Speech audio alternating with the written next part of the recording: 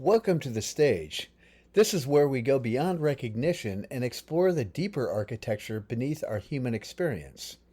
Each week we ask questions that aren't intended to give us more information, they're intended to help us see ourselves more clearly. Because transformation doesn't begin when we become someone new, it begins when we begin seeing what has quietly been true all along. This week on the Vibe Shift podcast, we've been exploring a recognition that quietly lives beneath the surface of countless successful lives. I don't feel like myself anymore. It is one of those statements that often arrive without warning. Sometimes it appears during an ordinary drive home from work, sometimes while sitting in another meeting, sometimes while looking around at a life you spent decades building. Nothing appears outwardly wrong. In fact, by most standards, everything looks great. The career, the family, the responsibilities, the accomplishments, the respect you've earned, the life you worked so hard to create. And yet, somewhere beneath all of it, there's a quiet feeling that's difficult to explain. Almost as if you've become increasingly successful while somehow becoming less familiar to yourself. Many people immediately assume something has gone wrong. Maybe I'm burned out. Maybe I just need a vacation. Maybe I need a new job. Maybe I simply need more motivation. Sometimes those things are true. But today, I'd like to offer another possibility. What if this experience isn't a sign that you're losing yourself? What if it's the beginning of discovering the self you've been living from isn't the whole story? That possibility brings us to one of the most transformative questions we can ask. Who was I before I learned who I was supposed to become? Not as an exercise in nostalgia, not as a search for childhood, but as an invitation to explore something much deeper than personality. Today, we're not asking who you become, we're asking how you became who you believe yourself to be. Because understanding that architecture may change everything. The architecture of becoming. One of the greatest assumptions we carry through life is that our identity simply unfolds naturally. We tend to believe that the person we are today is the inevitable result of growing older. That this is just who I am, but is it? Or is much of what we call me something that is patiently constructed over time? Think about the remarkable journey of being human. You entered this world without a resume, without a reputation, without a title, without political opinions, without professional ambitions, without beliefs about success, without needing to prove your value. You weren't concerned about whether you were productive enough. You weren't comparing yourself to someone else. You weren't wondering if you measured up. You simply experienced life. You laughed, you cried, you explored, you became curious, you rested when you were tired, you played because playing was enough. Then, very gradually, another education began, one that few of us ever recognize while it's happening. The education no one talks about. Long before we learned mathematics, we learned approval. Long before we learned science, we learned belonging. Long before we learned business, we learned acceptance. Every family has spoken rules, but every family also has unspoken rules. Rules that are rarely written down. Rules communicated through tone, through reaction, through silence, through praise, through disappointment. Some children quietly learn being helpful keeps everyone happy. Others learn don't make mistakes. Some discover achievement earns love. Others absorb never let anyone see you struggle. Perhaps you learned take care of everyone else before yourself, or strong people don't need help. No one sat you down with a manual title, How to Build Your Identity, yet day after day, experience became your teacher. And slowly, without ever making a conscious decision, you began becoming someone. Identity is an extraordinary adaptation. This is important to understand. None of this means your parents failed, or your teachers, or your culture, Most of what shaped us was attempting to prepare us for life, to help us survive, to help us belong, to help us succeed. Identity is one of the most remarkable adaptations of the human nervous system. As children, our survival depends upon connection, so we become extraordinarily skilled at sensing what earns acceptance. We notice what is praised, what is discouraged, what makes us feel safe, what creates distance, and because belonging is so essential, our nervous system begins making subtle adjustments. We become quieter, more responsible, more successful, more agreeable, more independent, more invisible, more impressive. Whatever appears most likely to preserve connection. We rarely choose these adjustments consciously. They become automatic. Over time, they become familiar. Eventually, they become me. When success reinforces the story. For high-performing professionals, something fascinating often happens. The identity that helped us succeed becomes increasingly rewarded. The hard-working one receives promotions. The dependable one becomes indispensable. The achiever gains recognition. The problem solver earns influence. The responsible one becomes everyone's first call. Every success quietly reinforces that identity. And after enough years, it becomes difficult to separate who we are from the roles we became so good at performing.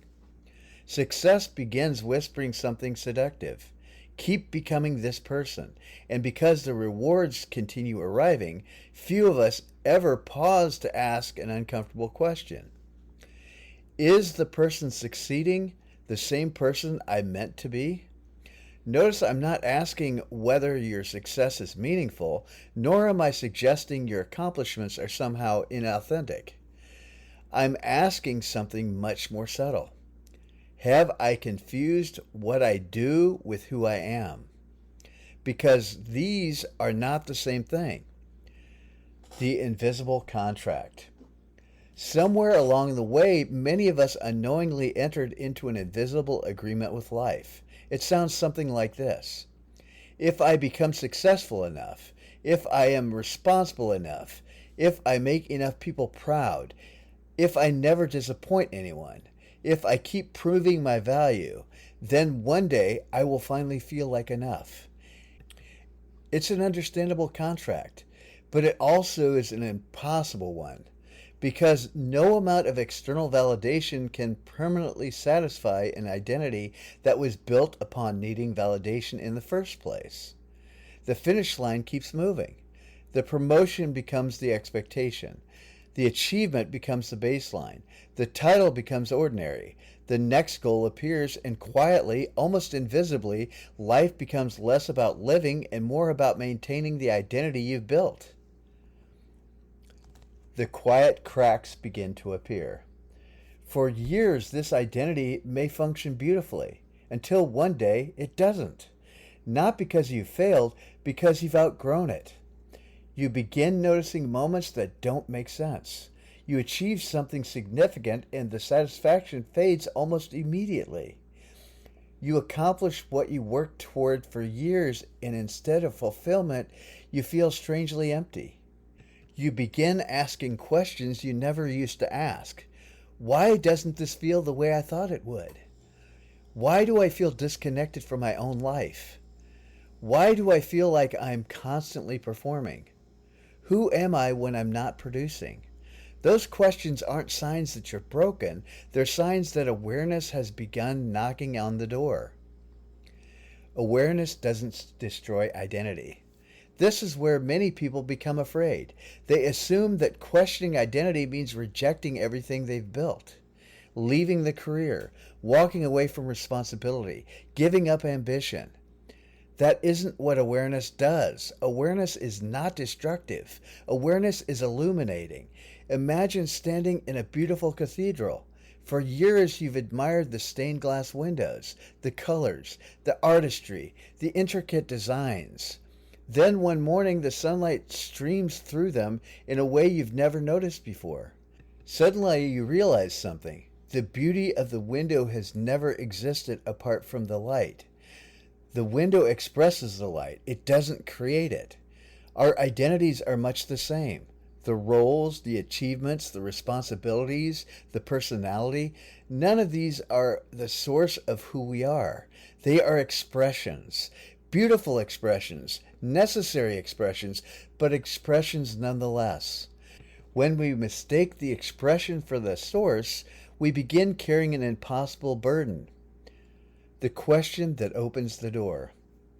So perhaps we don't need to begin with the overwhelming question, who am I? Perhaps awareness begins with something gentler, something more curious.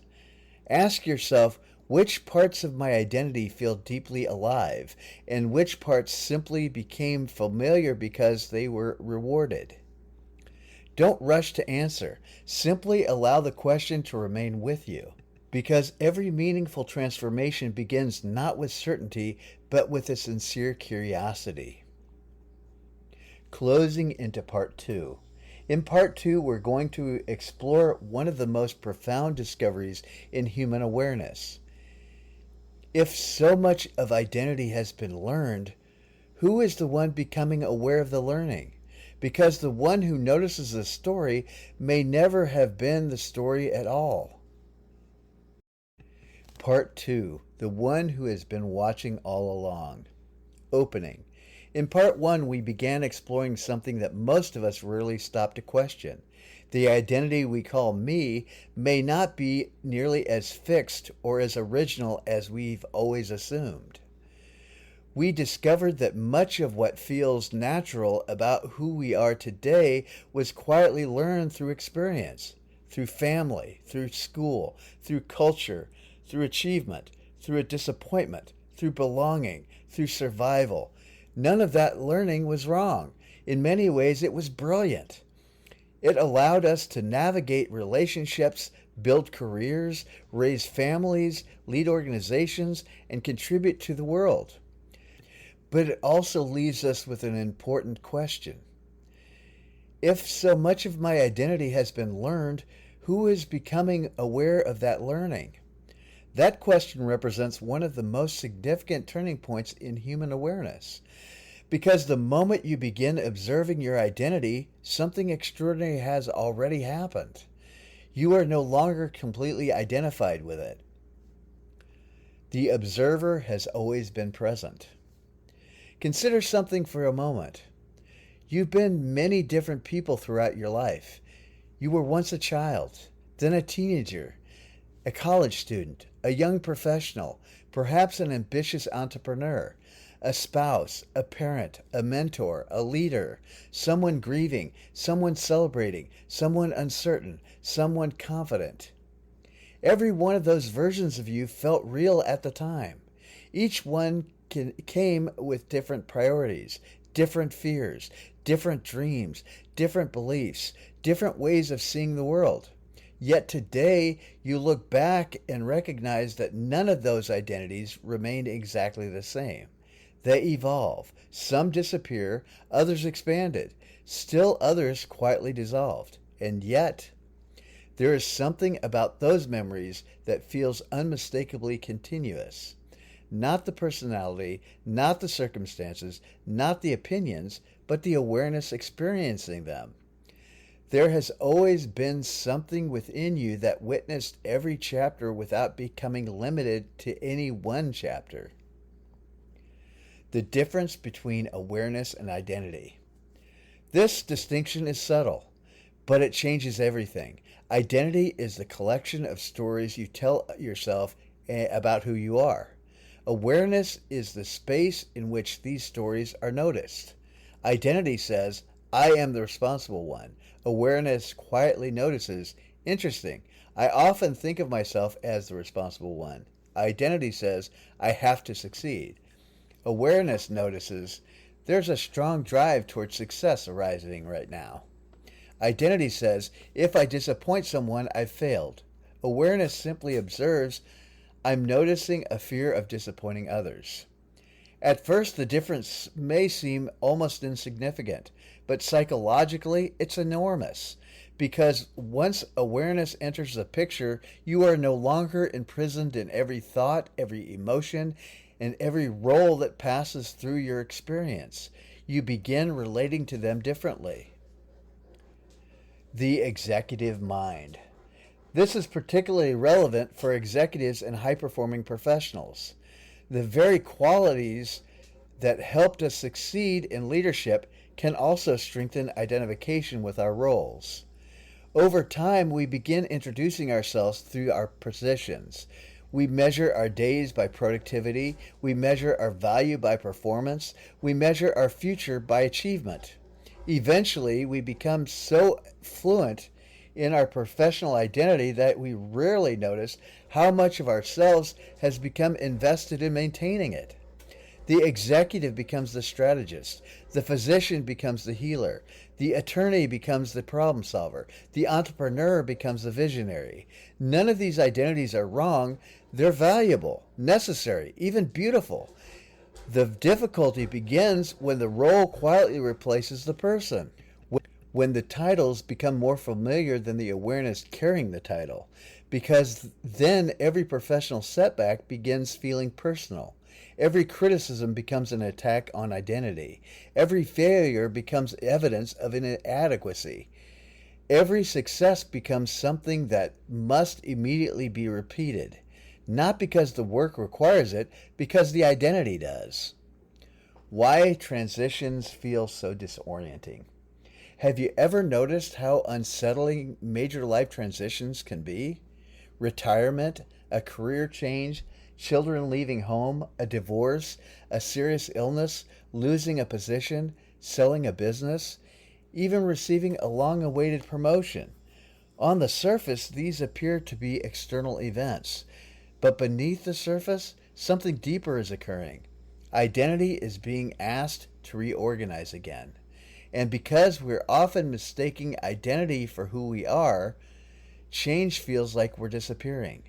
People often say things like, "I don't know who I am anymore." What they're often experiencing isn't the loss of themselves, it's the loosening of an identity that no longer completely fits. Those are two very different experiences. The lake and the sky. I'd like to offer an image that helped many people understand this distinction. Imagine standing beside a quiet mountain lake. On its surface, you can see clouds drifting overhead, birds flying by, trees reflected in the water. At sunset, the lake becomes golden. During storms, the surface becomes turbulent. The reflections change continuously, yet the lake remains. Your thoughts are like the reflection. Your emotions are like the reflections. Your roles, your successes, your disappointments, your fears, your ambitions, they all appear within awareness, just as reflections appear on the lake. Awareness itself is not disturbed by their appearance. It simply allows them to arise and eventually pass. Most of us spend our lives trying to control the reflections. Very few realize that they can begin by recognizing the lake. Awareness is not passive. At this point, some people become concerned. If I become less attached to my identity, won't I lose my ambition? Won't I become passive? Won't I stop caring? It's an understandable question, but experience suggests something very different. When identity loosens, clarity often increases. You continue leading, but you're no longer driven by the fear of proving yourself. You continue striving for excellence, but excellence becomes an expression of your values rather than the requirement for your worth. You continue caring deeply, but you no longer believe you're personally responsible for controlling every outcome. This doesn't reduce effectiveness, it refines it. Leadership becomes more grounded. Decision-making becomes clearer. Relationships become less transactional. Life becomes something to experience rather than something to constantly manage. What begins to emerge? As awareness deepens, something remarkable begins happening. You don't become less yourself, you become less confined by the version of yourself you've spent years protecting. You laugh more easily. You recover from setbacks more quickly. You become more curious than defensive. You become more interested in truth than in being right. You become more willing to listen, more willing to change, more willing to admit uncertainty. Ironically, the qualities we often associate with wisdom begin emerging naturally. Not because you've added something, because you've stopped defending something.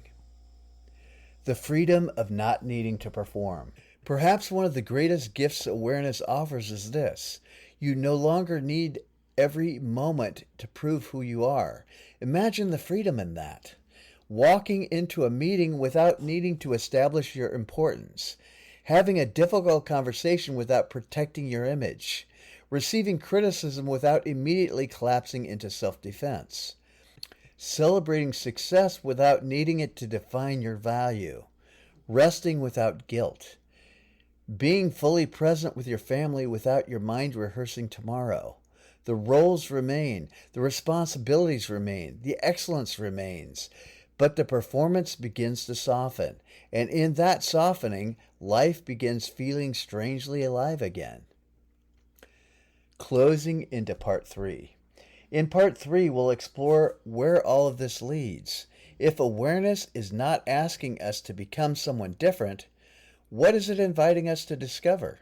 And perhaps more importantly, what happens when we finally stop searching for ourselves in the identities we've created and begin recognizing the presence that has always been there all along? Part 3. Remembering what has never been lost. Opening. Throughout this episode, we've been exploring a question that doesn't ask us to accumulate more knowledge. It asks us to remember something. Who was I before I learned who I was supposed to become? At first, that question sounds like it's asking us to look backward, back to our childhood, back to innocence, back to a simpler time. But I don't believe that's what this question is really asking. It's asking us to look beneath the identities, beneath the expectations, beneath the performance, beneath the roles we have learned to play so well. Because what we are searching for isn't something in our past. It's something that has quietly accompanied every moment of our lives. You were never asked to become a human being. Think about that for a moment. No one has ever asked you to become human. You already are. What you've been asked to become is something much more specific. A successful professional, a dependable partner, a responsible parent, a respected leader, a good citizen, a reliable employee, an expert, a provider, a problem solver, a high achiever. These identities serve an important purpose. Society depends upon them. Organizations depend upon them. Families depend upon them. But there's a subtle danger. If we spend decades developing our roles without ever exploring the one who inhabits those roles, we eventually begin believing the role is all that we are. And that is where many successful people begin feeling a quiet emptiness they cannot explain. Not because life has become meaningless, but because they have mistaken the vehicle for the traveler. The difference between living and performing. One of the greatest insights I've encountered is this: most people aren't actually living their lives. They're performing their identities. Think about how often this happens. Someone asks how you're doing. Without thinking, you answer from your role. The business is doing well. Work has been busy. The family is good. The project is almost finished. All of those responses may be true, but notice something. None of them answer the question of how you are. We've become so accustomed to speaking from our identities that we've almost forgotten how to speak from our direct experience. And perhaps that's one reason so many people quietly say, "I don't feel like myself anymore," because somewhere along the way they stopped experiencing life directly. They began managing an identity. The courage to become curious. The transformation we're talking about on the stage doesn't begin with certainty. It begins with curiosity. Curiosity asks questions that identity often avoids. What if success isn't the same as fulfillment? What if achievement isn't the same as meaning? What if responsibility isn't the same as love? What if being needed isn't the same as belonging? What if being admired isn't the same thing as being known? These questions aren't meant to diminish what you've built. They're meant to deepen your relationship with it. Because awareness does not remove the richness from life, it restores it. Identity becomes a tool instead of a prison. Perhaps the greatest shift occurs when identity moves from being something we are to something we use. Think about a master musician. The instrument is essential. It allows beautiful music to emerge, but the musician never mistakes themselves for the instrument. The instrument is an expression, not an identity. Our professional lives are much the same. Leadership becomes an instrument. Parenthood becomes an instrument. Teaching, healing, building businesses, serving communities, creating art. Each becomes a beautiful way that life expresses itself, but none of them can ever fully contain the one expressing through them. Once that becomes clear, something remarkable happens. You no longer need to defend your identity. You simply begin living through it. The executive shift. For those of you who lead organizations, teams, or businesses, I'd like to offer a perspective that may fundamentally change how you experience leadership. Imagine leading without needing leadership to define your worth. Imagine making difficult decisions without believing every outcome reflects your value as a person. Imagine receiving criticism with curiosity rather than defensiveness. Imagine recognizing that your title gives you responsibility, but it does not determine your identity. This changes everything, because when your identity is no longer fused with your role, you become far more adaptable. You become far more innovative. You listen more deeply. You become less threatened by change. You stop protecting an image and start serving a purpose. Ironically, this often makes people better leaders, not because they've become less committed, but because they've become less imprisoned by the need to prove themselves. The pattern beneath every core problem. One of the reasons we created the growing Core Problems Library is because we've discovered that beneath many of the life's struggles lies a remarkably similar architecture. I can't turn it off. I'm being pulled in every direction. I don't know what matters anymore. I don't feel like myself anymore. At first, they appear to be completely different experiences, but underneath, each points towards an identity carrying more than it was ever designed to carry. One believes it must think constantly. Another believes it must satisfy everyone. Another believes it must always know the right direction. Another believes it must never stop proving its worth. Different systems, the same architecture. When you begin recognizing that architecture, you're no longer chasing isolated problems. You're beginning to understand the system that created them. And awareness is always the beginning of freedom. This week's invitation. So I'd like to leave you with a practice. Not something to accomplish, not another item for your to-do list, simply an observation. Throughout this week, notice how often you introduce yourself internally. I'm the responsible one. I'm the fixer. I'm the one everyone depends on. I'm the achiever. I'm the strong one. Don't argue with these identities. Don't try to eliminate them. Simply become curious. Ask yourself, who would I be if, just for this moment, I didn't need to perform that identity? Notice what arises. Perhaps discomfort, perhaps relief, perhaps silence. Stay with it. Because within that silence, many people begin encountering something they haven't experienced in years. themselves. Not the role, not the performance, not the story. Simply the quiet awareness that has been present through every chapter of their lives. The journey continues.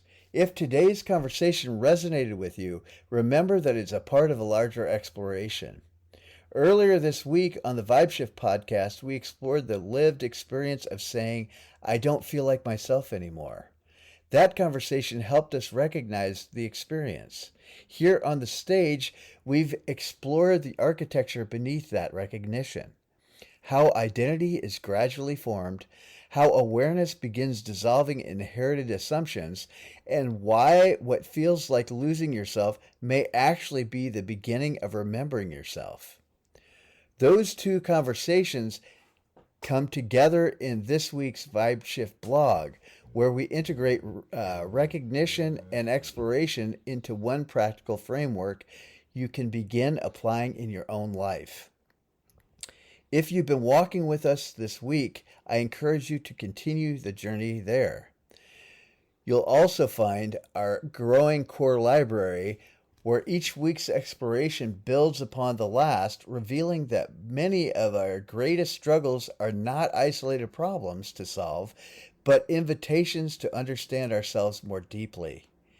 And if you're ready to continue beyond the podcast and the blog, I invite you to explore VSP number 4, where we take these ideas even further.